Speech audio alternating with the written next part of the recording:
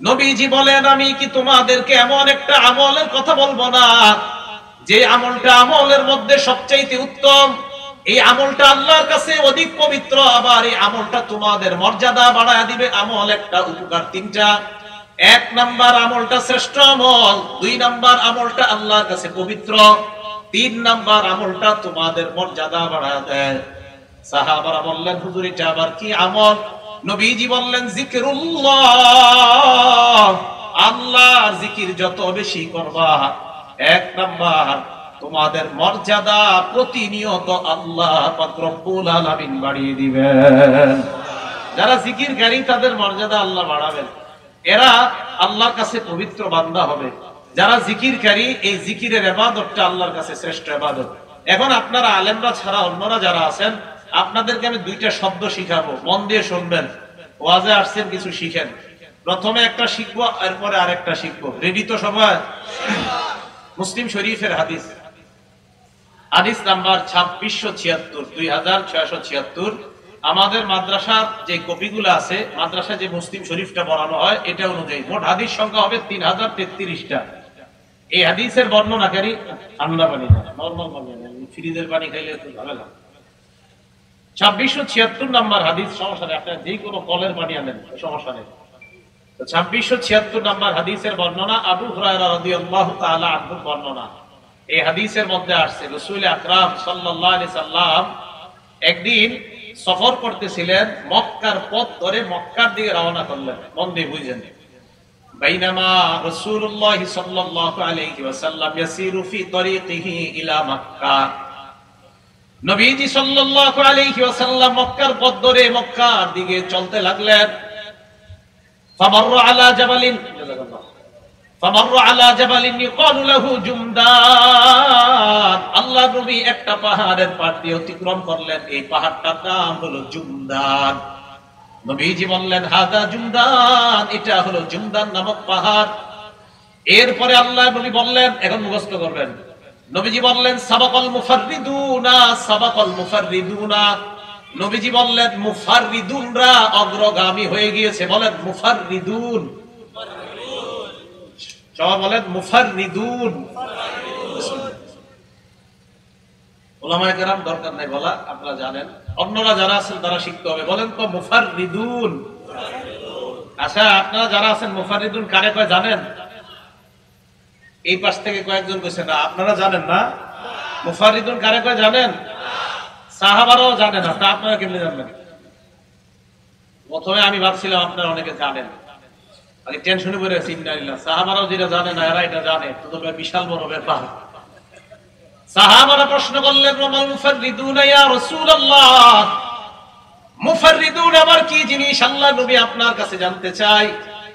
নবীজি জবাব দিলেন, আয-যাকিরুনাল্লাহ কাসীরা ওয়াজ-যাকিরাত, দুনিয়ার মধ্যে যারা বেশি বেশি আল্লাহর জিকির করে, এই মানুষগুলা মুফাররিদুন, কিয়ামতের ময়দানে অগ্রগামী হয়ে আল্লাহর জান্নাতের দিকে তারা রওনা করবে। তাহলে এদেরকে কি বলা হয়? মুফাররিদুন। এবার আরেকটা শিখবেন, বলেন মুফরিদুন। আগেরটা কি ছিল? আর এখন একটা মুফরিদুন। তিরমিজি শরীফ হাদিস নাম্বার 3596 নাম্বার হাদিস। এই হাদিসের মধ্যে আসছে, ক্বালা রাসূলুল্লাহ সাল্লাল্লাহু আলাইহি ওয়াসাল্লাম, আল্লাহ নবী বলেন, সাবাকাল মুফরিদুনা, সাবাকাল মুফরিদুনা, হালকা পাতলা মানুষগুলা অগ্রগামী হয়ে গিয়েছে, হালকা পাতলা মানুষগুলা অগ্রগামী হয়ে গিয়েছে। সুসংবাদ, আপনারা যারা চিকুন মানুষ, আপনারা অগ্রগামী। কি বলেন? আপনারা হালকা পাতলা যারা চিকুন, অগ্রগামী না? অগ্রগামী। আল্লাহ যেহেতু জি বলছেন, আল্লাহ সবাইরে জান্নাতের দিকে অগ্রগামী হওয়ার তৌফিক দান করুন। সাহাবারা প্রশ্ন করলেন, ওয়াল মুফরিদুনা ইয়া রাসূলুল্লাহ, হালকা পাতলারা অগ্রগামী বুঝতে পারলাম, তবে আপনি হালকা পাতলা দ্বারা কি বুঝাইছেন আমাদেরকে বুঝিয়ে দেন। নবীজি বললেন, আল মুস্তাহতারুনা বিযিকরিল্লাহ ইয়াদউ যিকরু আনহুম আসকালাহুম, আল্লাহ নবী বলেন, যারা জিকিরের মধ্যে থাকতে থাকতে জিকিরের কারণে তাদের পাপের বোঝাগুলা হালকা হয়ে যায়, পাপের বোঝা থেকে হালকা হয় যারা, এদেরকে বলা হয় মুফরিদুন। নবীজি বলেন, ফায়াতুনা ইয়াউমাল কিয়ামাতি খিফাফা, কিয়ামতের ময়দানে এই মানুষগুলা হালকা মানে পাপের বোঝা থেকে হালকা অবস্থায় আল্লাহর দরবারে উপস্থিত হবে। তাহলে মুফরিদুন মানে হলো পাপের বোঝা থেকে হালকা, এই হালকা হয়ে জিকিরকারী বান্দা বান্দিরা কিয়ামতের ময়দানে আল্লাহর দরবারে উপস্থিত হবে। আবু দাউদ শরীফ হাদিস নাম্বার 3667 নাম্বার হাদিস। এই হাদিসের বর্ণনাকারী আনাস রাদিয়াল্লাহু তাআলা আনহু, তিনি বলেন আন আনাস ইবনে মালিক রাদিয়াল্লাহু তাআলা আনহু قال قال رسول الله صلى الله عليه وسلم لأن أقعد مع قوم يذكرون الله من صلاة الفجر إلى أن تطلع الشمس أحب إلي من أن أعتق أربعة من ولد إسماعيل।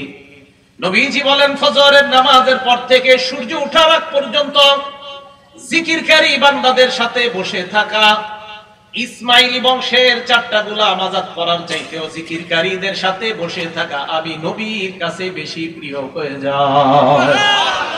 জিকিরকারীদের সাথে ফজর থেকে সূর্য ওঠা পর্যন্ত বসে থাকা ইসমাইলি বংশের 4টা গোলাম আযাদ করার চাইতে আমি নবীর কাছে বেশি প্রিয়।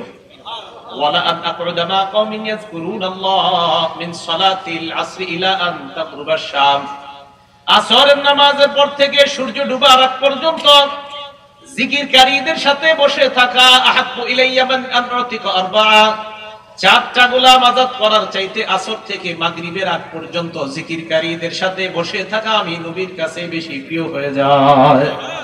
এইজন্য জিকিরকারীদের সাথে বসা, জিকির করা, জিকির শোনা এটা সৌভাগ্যের ব্যাপার, এটা ঈমানের পরিচয়। তাই আল্লাহ বললেন ইন্নামাল মুমিনুনা আল্লাযীনা ইযা যুকিরাল্লাহু ওয়াজিলাত কুলুবুহুম, ঈমানদার তারা যাদের সামনে আল্লাহর নাম নেওয়া হলে, আল্লাহর জিকির করা হলে তাদের অন্তরগুলা ভীত সন্ত্রস্ত হয়ে যায়। আল্লাহ আমাদেরকে বেশি বেশি জিকিরের মজলিসে বসার তৌফিক দান করেন। সহিহ বুখারী হাদিস নাম্বার 6408 নাম্বার হাদিস। বিসমিল্লাহ। আল্লাহুম্মা লাকাল হামদু ওয়া লাকাশ শুকর। সহিহ বুখারী 6408 নাম্বার হাদিসের বর্ণনা। এই হাদিসের মধ্যে আসছে রাসূল আকরাম সাল্লাল্লাহু আলাইহি সাল্লাম বলেন ইন্না লিল্লাহি মালাইকাতান ইয়াতুফুনা ফিত তুরুকি ইয়ালতামিসুনা আহলা যিকরি, আল্লাহর কিছু মনোনীত ফেরেশতা আছে।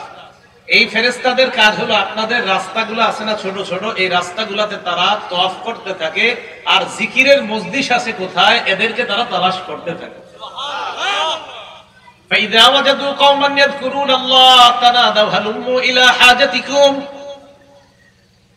আপনাদের এই মাদ্রাসার ময়দানের পাশে যে রাস্তা আশরাফপুর কৃষ্ণনগরের রাস্তা, এই রাস্তা দিয়ে একদল ফেরেশতা হাঁটতেছিল, তওয়াফ করতেছিল। এই ফেরেশতারা আপনাদের মতো একদল জিকিরকারী মজলিস পাওয়ার পর অন্য রাস্তার ফেরেশতাদেরকে ডাক দেয়। ডাক দেওয়ার পর কয় তানাদাউ হালুম্মু ইলা হাজাতিকুম, আসো তোমরা। আমরা যেই দলটাকে তালাশ করতেছিলাম সিরাজুল উলুম হাফিজিয়া ইসলামিয়া হাফিজিয়া মাদ্রাসার প্রাঙ্গণে ওই জিকিরকারী মজলিসটাকে আমরা পেয়ে গেলাম। অন্যান্য রাস্তার ফেরেশতারা এই রাস্তার ফেরেশতাদের সাথে একত্রিত হয়, ফায়াহুফুনাহুম বিআজনিহাতিহিম ইলাস সামাঈদ দুনিয়া, এই ফেরেশতারা পুরা মজলিসটাকে বেষ্টন করে একজনের কাঁধের উপর আরেকজন, এইভাবে ফেরেশতাদের গোল আকৃতির একটা সারি আল্লাহর আসমান পর্যন্ত পৌঁছে যায়। ফায়াসআলুহুম রাব্বুহুম ওয়া হুয়া আ'লামু বিহিম, আল্লাহ আমাদের ব্যাপারে জানে, এরপরেও প্রশ্ন করে মাযা ইয়াকুলু ইবাদি, আমার বান্দারা কি বলে? ফেরেশতারা বলে ইউসাব্বিহুনাকা ওয়া ইউমাজ্জিদুনাকা ওয়া ইউকাব্বিরুনাকা ওয়া ইয়াহমাদুনাক, তারা মাঝে মাঝে সুবহানাল্লাহ বলে, বলেননি? মাঝে মাঝে আলহামদুলিল্লাহ বলে, বলেন না? মাঝে মাঝে আল্লাহু আকবার বলে, মাঝে মাঝে আপনার প্রশংসা করে। আল্লাহ বলেন হাল রাউনি, আমার বান্দারা আমাকে দেখছে না, মাবুদ দেখে নাই। আল্লাহ বলেন কাইফা লাউ রাউনি, যদি দেখতো তাহলে কি করত? ফেরেশতারা জবাব দেয় লাউ আন্নাহুম রাউকা কানু আশাদ্দা লাকা ইবাদা ওয়া আশাদ্দা লাকা তামজিদান ওয়া তাহমিদান ওয়া আকসারা লাকা তাসবিহা, আপনাকে যদি দেখতো আরো বেশি বেশি আপনার তাসবিহ পাঠ করত, আরো বেশি বেশি আপনার প্রশংসা করত। কি আল্লাহরে দেখলে আমরা বেশি তাসবিহ পড়তাম না? আল্লাহরে দেখবো না ইনশাআল্লাহ আমরা? জান্নাতের সবাই যাতে একসাথে আল্লাহরে দেখতে পারে, আল্লাহ তৌফিক দান করেন। আমিন। এটা হাদিস শোনাবনি সাহাবাদেরকে নবীজি বসা, পূর্ণিমার চাঁদের দিকে তাকাইলেন রাসূল সাল্লাল্লাহু আলাইহি সাল্লাম। নবীজি বললেন, হাল তুদারুনা ফি রুইয়াতিহি, এই পূর্ণিমার চাঁদ দেখতে তোমাদের সমস্যা হয়? সাহাবারা কয়, না, সমস্যা হয় না। নবীজি বললেন, সাতারাউনা রাব্বাকুম কামা তারাউনা হাযাল কামারা ফি লাইলাতিল বদরি লা তুযাররুনা ফি রুইয়া ওয়া ফি রিওয়ায়া লা তুযাররুনা ফি রুইয়া। এই চাঁদ দেখতে যেমন সমস্যা হয় না, জান্নাতে সরাসরি আল্লাহকে দেখতে সমস্যা হবে না। ফেরেশতাদেরকে আল্লাহ বলে, আমারে দেখলে কি করতে, আরো বেশি বেশি আপনার প্রশংসা করতে। এবার আল্লাহ বলে, মাযা ইয়াসআলুনানি, তারা আমার কাছে কি চায়? আপনারা আমার সাথে বলেন, হে আল্লাহ, আমরা আপনার কাছে জান্নাত চাই। ফেরেশতারা বলে, ইয়াসআলুনাকাল জান্নাত, আল্লাহ তারা আপনার কাছে জান্নাত চায়। জান্নাত চাইতো। এবার আল্লাহ বলেন, কাইফা লাউ রাআউহা, তারা জান্নাত দেখছে। ফেরেশতারা কয় না, আল্লাহ বলে কাইফা লাউ রাআউহা, যদি দেখতো কি করতো? ফেরেশতারা জবাব দেয়, যদি দেখতো কানু আশাদ্দা আলাইহা হিরসা, মাবুদ জান্নাত দেখলে জান্নাতের প্রতি আরো তারা লোভী হয়ে যাইতো। ওয়া আশাদ্দা লাহা তালাবা, জান্নাত আরো বেশি করে তালাশ করতো। ওয়া আযমা ফিহা রাগবা, জান্নাতের ব্যাপারে আরো বেশি আগ্রহী হয়ে যাইতো। এবার আল্লাহ বলে, মিম্মা ইয়াতাআওয়াজুনা, আমার কাছে তারা কি থেকে পানাহ চায়? বলেন আমার সাথে, হে আল্লাহ, আমরা আপনার কাছে জাহান্নাম থেকে পানাহ চাই। তো ফেরেশতারা বলে, আল্লাহ তারা আপনার কাছে জাহান্নাম থেকে পানাহ চায়।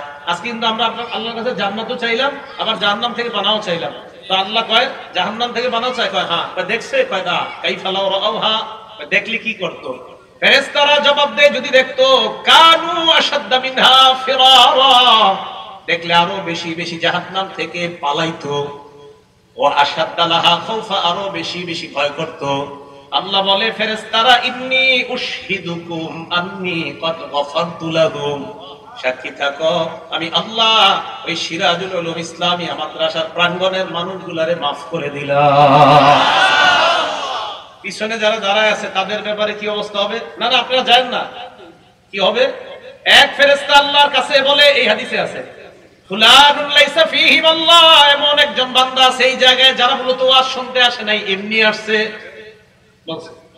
আল্লাহ দেখেন কত মহান, আপনারা টেনশন করেন না, এমনি যদি আইসা থাকেন।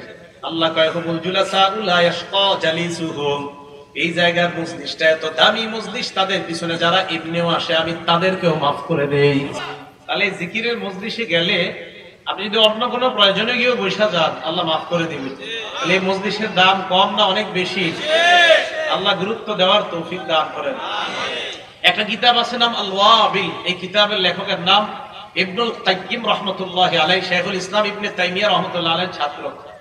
উনি এই কিতাবের 67 নাম্বার পৃষ্ঠায় একটা বর্ণনা আসছে, নবীর সাহাবা আবু দারদা রাদিয়াল্লাহু তাআলা আনহুর একটা বর্ণনা আসছেন। তিনি বলেন, লিকুল্লি শাইইন জালা, প্রত্যেকটা জিনিসের একটা উজ্জ্বলতা আছে। আজকে আপনাদের এই মাহফিলের উজ্জ্বলতা, লাইটিং গুলা, এগুলা না থাকলে এটা উজ্জ্বলতা হইতো না। আরো উজ্জ্বলতা আজকে যাদেরকে দাওয়াত দিয়েছেন তারা, এখন যদি লাইট গুলো অফ হয়ে যায়, বলেন উজ্জ্বলতা থাকবে না নষ্ট হয়ে যাবে? আবু দারদা বলেন, লিকুল্লি শাইইন জালা, প্রত্যেকটা জিনিসের একটা উজ্জ্বলতা আছে। ওয়া জালাউল কুলুবি যিকরুল্লাহ, অন্তরের উজ্জ্বলতা হলো আল্লাহর জিকির করা। যারা বেশি বেশি আল্লাহর জিকির করবে তাদের অন্তর আল্লাহ উজ্জ্বল বানায় দিবেন। এত কি কাজ আপনাদের? সারাক্ষণ সময় নষ্ট করা। দোকানে চা খাইতে বসলেন তো সময় নষ্ট। আরে চা পান করেন, ওই সময় আপনি এক চুমুক দেন, বাস পরে জিকির করেন। কি বলবো আপনারা, সব মজলিসে শুধু অনর্থক কথা। এই অনর্থক কথা অনেকগুলো কারণের একটা গজবের মোবাইল, এটাও আছে, এটা নিয়েও কথা। আবার মোবাইলের দিকে তাকাইলে সময় নষ্ট। এত সময় কোথায় আপনাদের? আবু হুরায়রা রাদিয়াল্লাহু তাআলা আনহু গাছ লাগাইতেছে, গাছ গাছ, রাসূল পাশ দিয়ে যাইতেছে। আল্লাহ নবী বললেন, মাল্লাযী তাগরিসু ইয়া আবা হুরায়রা, আবু হুরায়রা তুমি কি লাগাও? আবু হুরায়রা কয়, হুজুর একটা গাছের চারা লাগাই। নবীজি বলেন, আলা আদুল্লুকা আলা কিরাসিন, আমি কি তোমাকে খায়রিল লাকা মিন হাদা, এই চারার চাইতে উত্তম কোন চারার কথা বলবো কিনা? বলবো? দুনিয়ার গাছের চাইতে উত্তম গাছের কথা বলবো? তা আবু হুরায়রাকে নবীজি বলছে, আমি কি বলবো? রাসূল আকরাম সাল্লাল্লাহু আলাইহি সাল্লাম বললেন, শোনো তুমি বলো। এখন আপনারা বলেন, সুবহানাল্লাহ, আলহামদুলিল্লাহ, লা ইলাহা ইল্লাল্লাহ, আল্লাহু আকবার, এই যে যারা আমরা চারবার বললাম আবু হুরায়রাকে আল্লাহ নবী বলাইলেন আর বললেন আবু হুরায়রা রাসূলাকা বিকুল্লি ওয়াহিদাতিন শাজারাতুন ফিল জান্নাহ, তুমি চারটা বাক্য বললা, প্রত্যেকটার বিনিময়ে জান্নাতে তোমার জন্য এক একটা গাছের চারা রোপণ করা হয়ে যায়। এত কিসের সময় নষ্ট করা? বাসে বসে রয়েছেন, ঢাকা যাইতেছেন, সময় নষ্ট করেন না। সুবহানাল্লাহ, আলহামদুলিল্লাহ, লা ইলাহা ইল্লাল্লাহ, আল্লাহু আকবার বলেন। জিকির করব তো ইনশাআল্লাহ। এখন কথা হলো জিকির আমরা কেন করব? সূরা আহজাবের 41 এবং 42 নম্বর আয়াত আল্লাহ বলেন, ইয়া আইয়ুহাল্লাযীনা আমানু যকুরুল্লাহা যিকরান কাসীরা, হে ঈমানদারগণ তোমরা বেশি বেশি আল্লাহর জিকির করো। ওয়াসাব্বিহুহু বুকরাতাও ওয়া আসীলা, সকাল সন্ধ্যায় আল্লাহর তাসবিহ পাঠ করো। এইজন্য আমরা জিকির করব যে আল্লাহ পাক রব্বুল আলামিনের হুকুম, তাই আমরা জিকির করব। তিরমিজি শরীফের একটা হাদিস শোনাবো আপনাদেরকে। শোনানোর আগে আমার সাথে ইখলাসের সাথে, আমিও ওনার দিকে তাকাবো না, উনিও আমার দিকে তাকাবে না, ওনার দিকে আমি তাকাবো না, উনিও আমার, প্রত্যেকে নিজে আল্লাহরে দেখানোর জন্য, পাশের কাউকে দেখানোর জন্য না, একদম সবাই আল্লাহকে দেখানোর জন্য একবার বলবেন, আমিও বলবো আপনারাও। বাকি আপনাদের প্রত্যেকের চাহিদা হলো যে আমি আল্লাহরে দেখানোর জন্য বলতেছি, বলবেন তো ইনশাআল্লাহ? বলেন আমার সাথে, লা ইলাহা ইল্লাল্লাহ। না না হয় আমারটা হয় না, ইখলাসের সাথে মনে হচ্ছে, আবার আবার ইখলাসের সাথে, লা ইলাহা ইল্লাল্লাহ। বলছেন না? আচ্ছা এবার হাদিস শুনেন। তিরমিজি শরীফের 3590 নম্বর হাদিস।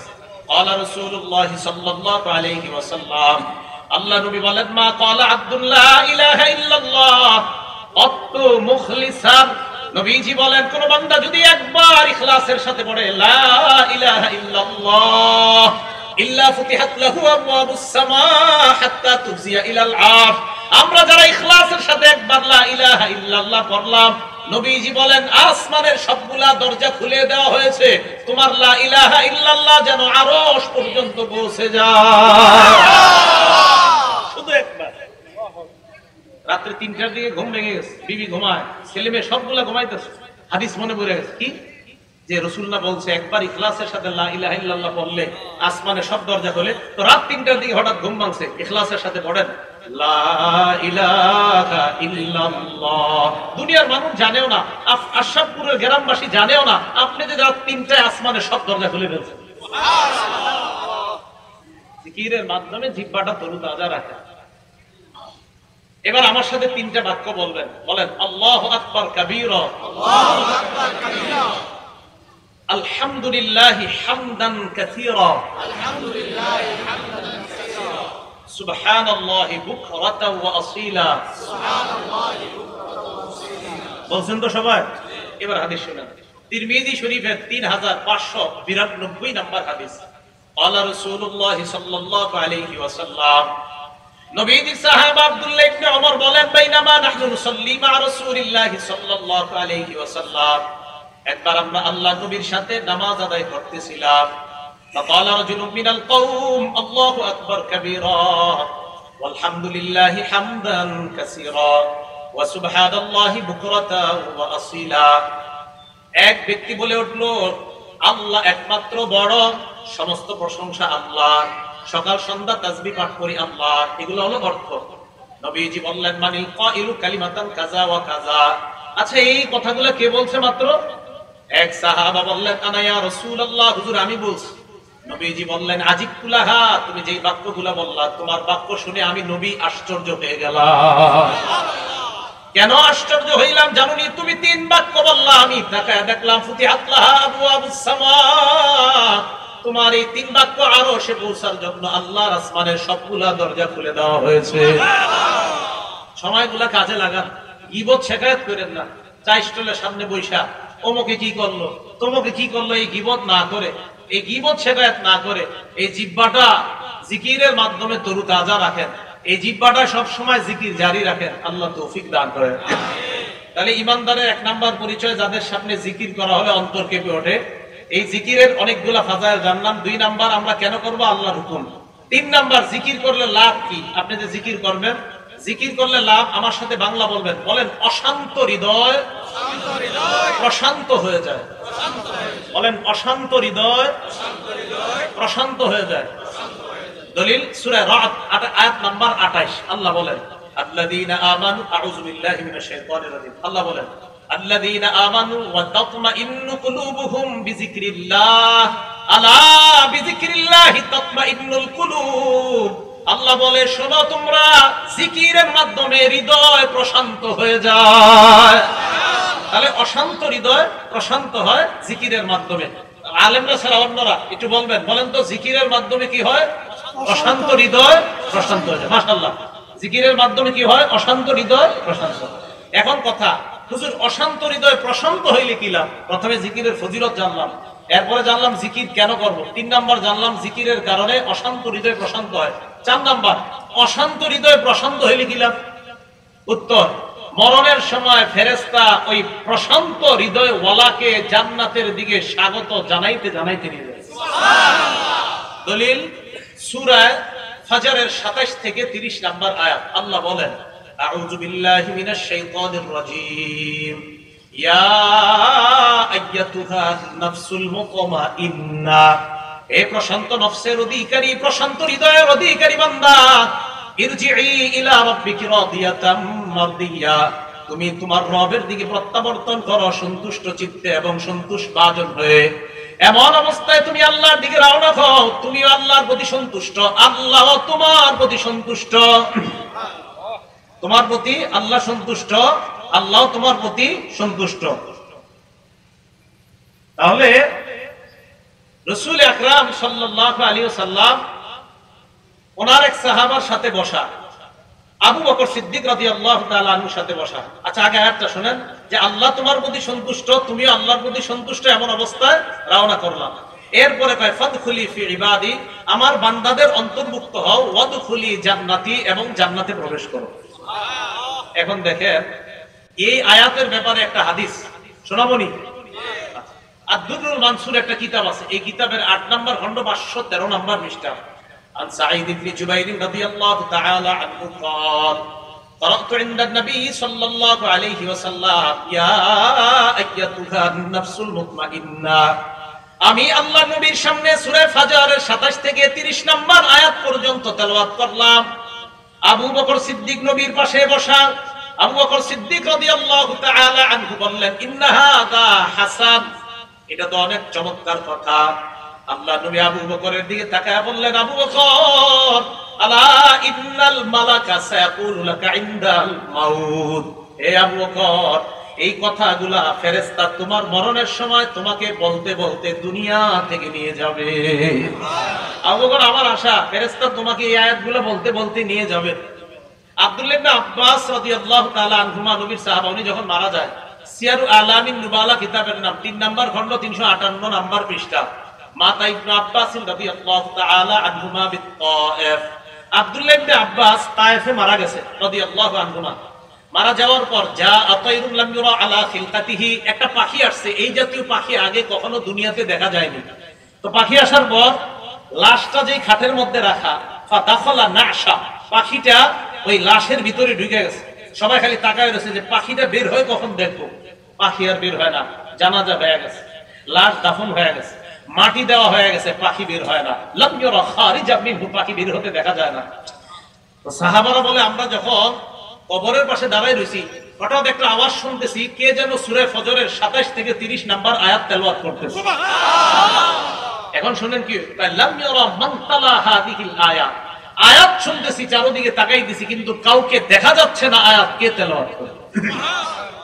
এজন্য আমার আপনার মরণটা যদি এমন হইতো যে মরণের সময় ফেরেশতা আমার আপনার কানে কানে বলে বলে নিয়ে যাচ্ছে, হে প্রশান্ত হৃদয়, চলো চলো রবের দিকে চলো, তিনিও সন্তুষ্ট তোমার প্রতি, তুমিও সন্তুষ্ট।